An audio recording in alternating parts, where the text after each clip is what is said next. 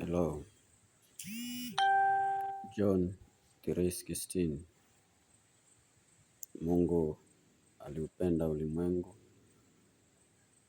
hata akamtoa mwanawe wa pekee ili kila mtu amwaminie asipotee bali awe na uzima wa milele.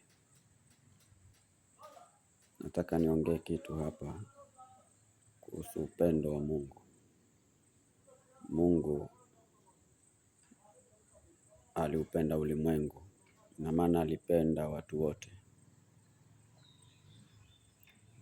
Na kama alipenda watu wote, akaweka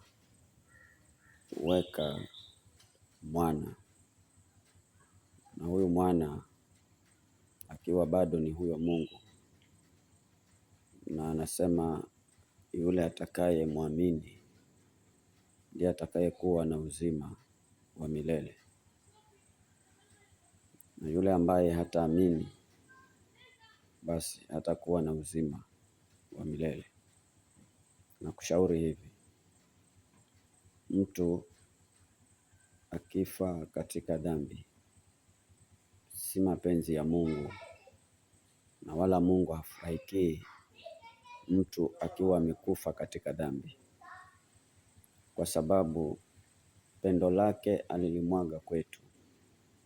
Na sababu ya kumwaga pendo ni kwamba sisi tukaweze kupata au kurithi uzima wa milele ambao tulikuwa tumeupoteza wakati mwanadamu wa kwanza alipotoka nje ya agizo la Mungu. Nakwambia hivi, Mungu anakupenda. Ukifa katika dhambi ni wewe chaguo lako mwenyewe, lakini Mungu alileta upendo huu ili mimi na wewe tusiishie katika dhambi, bali tukaishie katika uzima wa milele.